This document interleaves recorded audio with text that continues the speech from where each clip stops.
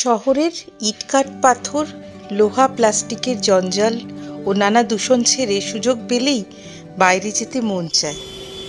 গত 23-24 নভেম্বর 2023 বেরিয়ে পড়লাম আমাদের পরিবারের সদস্যদের সাথে কামারপুকুর, জয়রামবাটি ও বিষ্ণুপুর। এর আগে আমি জয়রামবাটি, বিষ্ণুপুর গিয়েছি দুবার। তার ভিডিও লিংক আমি এই ভিডিওর শেষে দিয়ে দেব। এই সেই যোগীদের শিব মন্দির, যেখানে ঠাকুরের মা অচেতন হয়ে পড়েছিলেন। তার শরীরে এমন জ্যোতি প্রবেশ করেছিল এই শিবলিঙ্গ থেকে। তারপরে ঠাকুর শ্রীরামকৃষ্ণকে তিনি গর্ভে ধারণ করেছিলেন। এটা সেই পাইনদের বাড়ি। কামারপুকুরে বিভিন্ন পাড়া আছে, কামারদের পাড়া, পাইনদের পাড়া, সেরকম। এই বাড়িতে ছোটবেলায় শ্রীরামকৃষ্ণ নাটকেতে শিব সেজেছিলেন, আর সেই শিব সাজার সময় তিনি তার ভাবসমাধি হয়েছিল।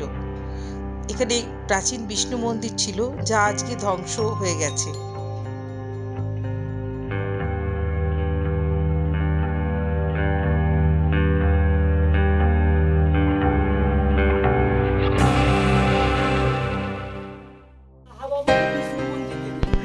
এই বিষ্ণু মন্দিরটা ঠাকুরের জন্মের আগে বর্গী মারাঠার আমলের মন্দির। আয়াকারে বর্গীরা যখন হামলা করতো, এই লাহাবাবুরা গয়নাগাটি, ধন সম্পত্তি, মূল্যবান জিনিস নিয়ে সবাই আন্ডারগ্রাউন্ডে লুকিয়ে পড়তো।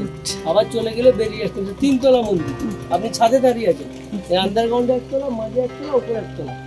বর্গীদের একটা নিয়ম ছিল, ওরা মন্দির মসজিদে ঢুকে ডাকাতি করতো না।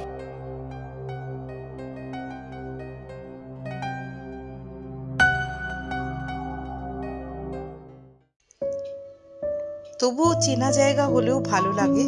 বারবার ঠাকুর শ্রীরামকৃষ্ণ ও মায়ের জায়গায় যেতে মন ভালো হয়ে যায়।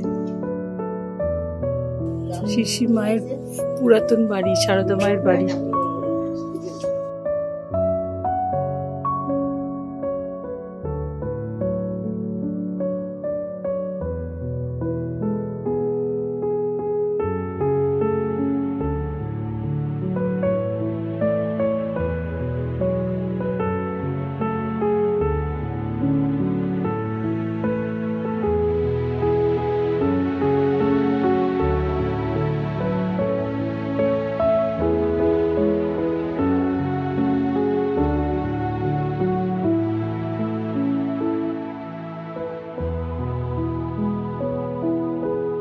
সেই শিহরের মন্দির, যেখানে সারদা মাকে মা বলেছিলেন শ্রীরামকৃষ্ণকে যে উনি ওনাকে বিয়ে করবেন।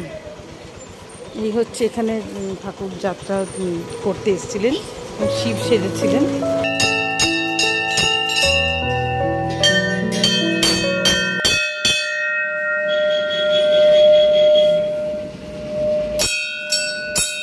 থেকে এতে যাওয়ার রাস্তা, এটা বিষ্ণুপুর যাচ্ছি আমরা। তো এখানে দেখা যাচ্ছে মাঠের মধ্যে দাউ দাউ করে ওই সেই পাড়ালি জ্বালাচ্ছে, আগুন জ্বলছে। কি অবস্থা, ধোঁয়ায় ধোঁয়া, দূষণ দিয়েছে মাঠে।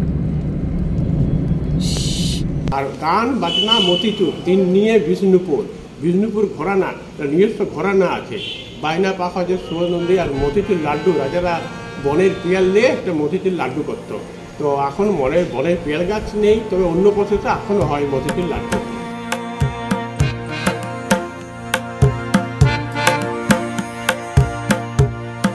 এলাকে দক্ষিণ গ্রাম বা লাল অঞ্চল বলা হয়। বিষ্ণুপুরে একটা ডাইনেস্টি ছিল, মল্ল ডাইনেস্টি। মল্ল মিন রেসলার। তো এরা প্রথমত রাজস্থান থেকে এসেছেন। প্রথমত এরা শাক্ত, তারপরে শৈব, তারপরে বৈষ্ণব ধর্মের দীক্ষা নেই শ্রীনিবাস আছে কাছে। দীক্ষা নেওয়ার পরেই কতগুলো রাধাকৃষ্ণের নামে মন্দির তৈরি করেছিলেন। সেগুলো টেরাকোটা মন্দির, সেগুলো ঝামা পাথরের, সেগুলো একরন্দ মন্দির, সেগুলো পঞ্চরন্দ মন্দির। টেরাকোটা হচ্ছে ল্যাটিন, তারপরে Italian word. Terra mean earth or clay, cotta mean cooking, actually bake clay word, পোড়ামাটির ফলক। চৈতন্য সিং 1680 শতাব্দে এই মন্দিরটি তৈরি করতেন। আর এখানে অলঙ্করণগুলো আছে দেখুন। এই বাঁ দিকে, ডান দিকে ফরেন অর্নামেন্টেশন আছে। উপর দিকে ব্যাটেন ছিল রামায়ণ, আর শেষের যে ব্যাটেন ছিল মহাভারত।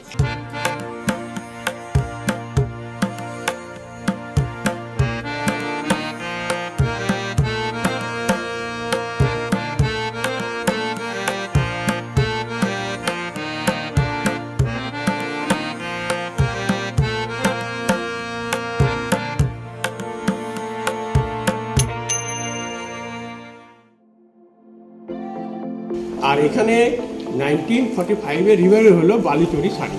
বালুচর বা একটা জায়গা ছিল জিয়া মুর্শিদাবাদে, সেইখানে বাদশাহ তার রানীদের জন্য বানাতে বলেছিলেন। ওই যে ডিজাইন দেখালো ওইটা প্রথমত। তারপর যখন ওটা ডিস্টার্ব হয়ে গেল 1945-এ এখানে যেসব মন্দিরগুলো আছে টেরাকোটা, ব্যাটাল ছিল রামায়ণ মহাভারত, এই ডিজাইনটা নেওয়া হয়েছে এবং জরি হলে স্বর্ণচুরি, জরিটা আসছে সুরাট থেকে, ওটা টুইস্ট করে দিচ্ছে, সেই জন্য স্বর্ণচুরি আর বালুচরি এগুলো এখানে তৈরি হয় লুমে।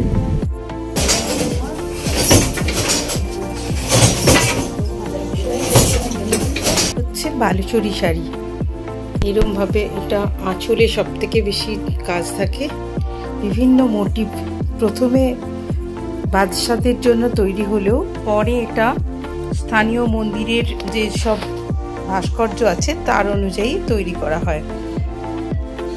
যেমন যুদ্ধ করতে যাচ্ছে, রাম সীতা বিবাহ, শ্রীকৃষ্ণ, বিভিন্ন বিয়ের শকুন্তলা, এখানে শকুন্তলা রয়েছে,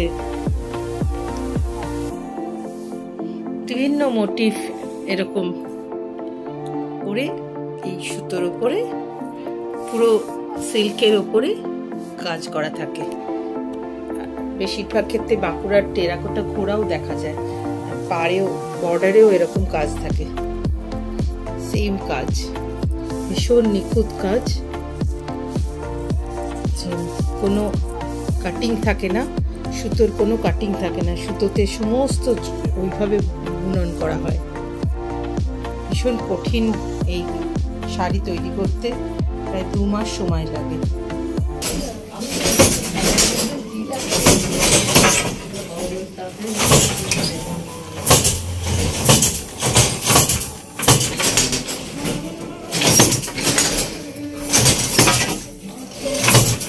স্বর্ণচুরি, বালুচুরিতে জরির কাজ থাকে না, কিন্তু স্বর্ণচুরিতে জরির কাজ থাকে, বিভিন্ন মোটিভ থাকে, পুরোটাই বর্ডারে এরকম কাজ, নিখুঁত কাজ থাকে, মিনাকারির মতন কাজ থাকে, বিভিন্ন রঙের সুতোর, সিল্কের সুতো,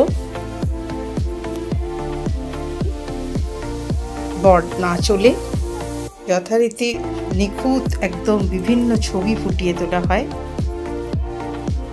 এবং খুব হেভি ওয়ার্ক থাকে।